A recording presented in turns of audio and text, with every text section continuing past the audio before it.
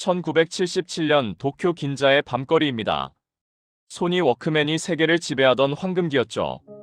같은 시각 서울은 어땠을까요? 판자촌에서 촛불 켜고 공부하는 학생들이 있었습니다.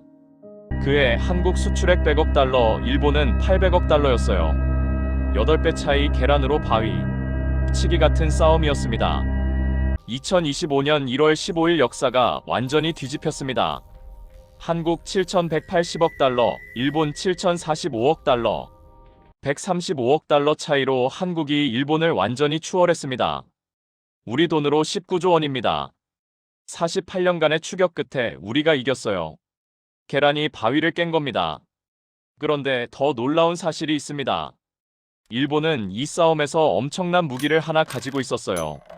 바로 엔저입니다. 엔화 가치가 40년 만에 최저로 추락했습니다. 일본 제품이 헐값에 팔리면서 가격 경쟁력이 하늘을 찔렀어요. 가격으로 승부하면 일본이 압도적으로 유리했습니다. 그런데 졌어요. 왜 그랬을까요? 일본 경제가 겉만 번지르르한 종이호랑이였기 때문입니다. 지금부터 한국이 일본을 완전히 무너뜨린 3대 필살기를 공개합니다. 필살기 첫 번째, 반도체입니다.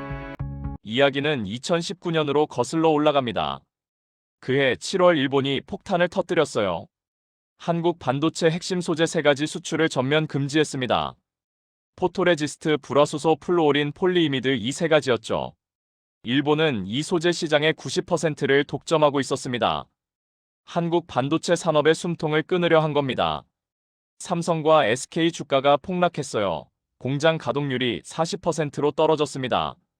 전문가들은 말했습니다. 한국 반도체는 끝났다. 그런데 놀라운 일이 벌어졌습니다. 한국 기업들이 100일 만에 국산화에 성공한 겁니다. 불가능하다던 기술을 석 달 만에 만들어냈어요. 일본이 준 위기가 오히려 기술 독립의 계기가 됐습니다. 전화위복이란 바로 이런 겁니다. 그리고 2020년 한국은 HBM이라는 비밀병기를 꺼내 들었습니다.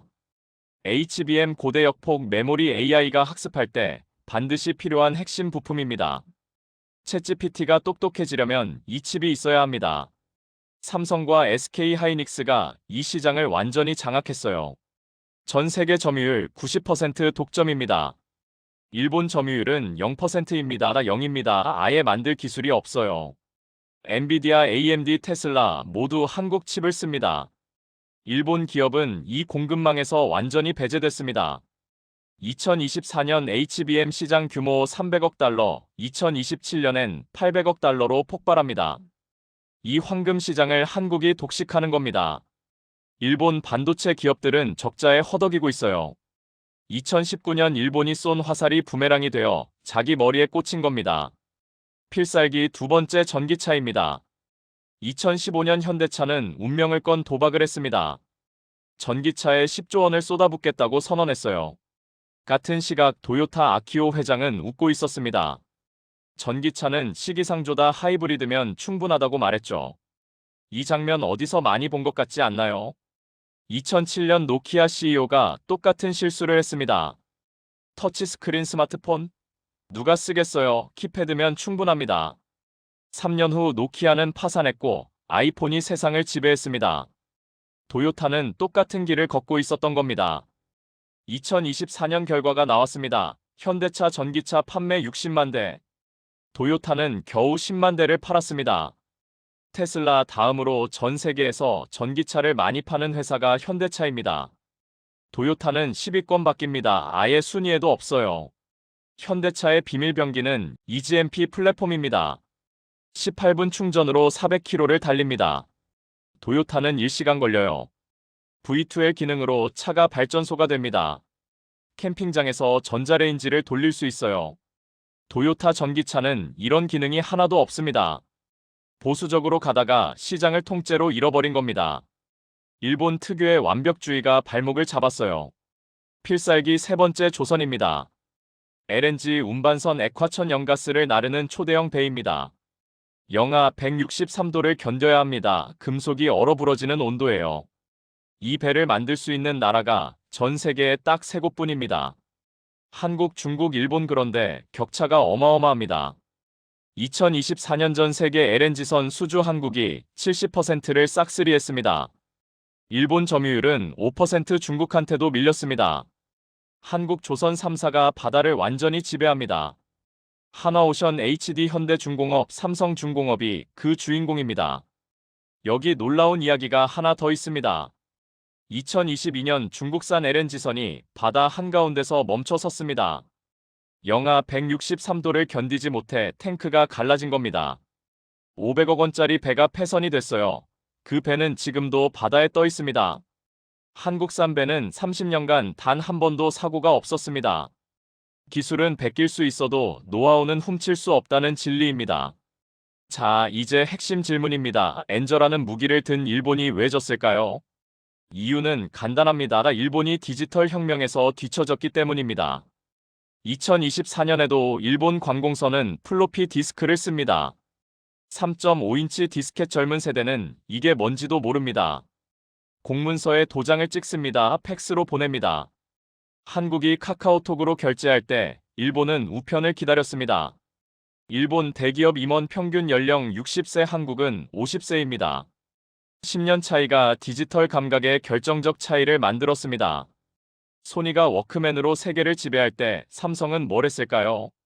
반도체 공장을 짓고 있었습니다. 아무도 주목하지 않을 때 말이죠. 50년을 내다본 투자가 지금 결실을 맺은 겁니다. 일본은 눈앞의 이익에만 집착했어요. 분기 실적 주가에만 신경 썼습니다. 2024년 도요타 사장이 공개 사과를 했습니다. 전기차 전환이 너무 늦었습니다라고 인정했어요. 하지만 이미 늦었습니다. 현대차는 5년 앞서갔고 그 격차는 벌어지고 있습니다. 물론 모든 게 완벽한 건 아닙니다.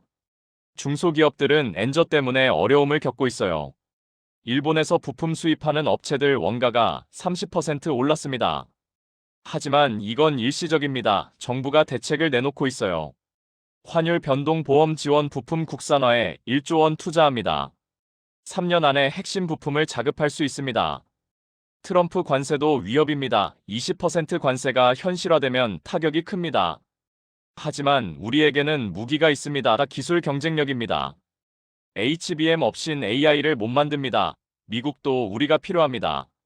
1948년 전쟁의 폐허 위에 선 대한민국. 1인당 GDP 67달러, 세계 최빈국이었습니다. 2025년 세계 4대 수출국 네덜란드 제외하면 실질적 4강입니다. 77년 만에 최빈국이 경제 강국이 됐습니다.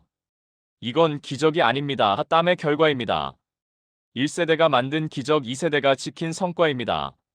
시니어 여러분의 땀과 눈물이 있었기에 가능했습니다. 일본을 이긴 건 시작일 뿐입니다. 이제 우리 앞엔 따라갈 등이 없습니다. 우리가 직접 길을 만들어야 합니다. 중국이 추격하고 있습니다. 미국이 견제하고 있습니다. 하지만 우리는 해낼 겁니다. 항상 그래왔으니까요. 댓글로 여러분의 생각을 들려주세요. 다음 세대에게 어떤 나라를 물려주고 싶으십니까? 구독과 좋아요 부탁드립니다. 다음 영상에서 또 뵙겠습니다. 감사합니다.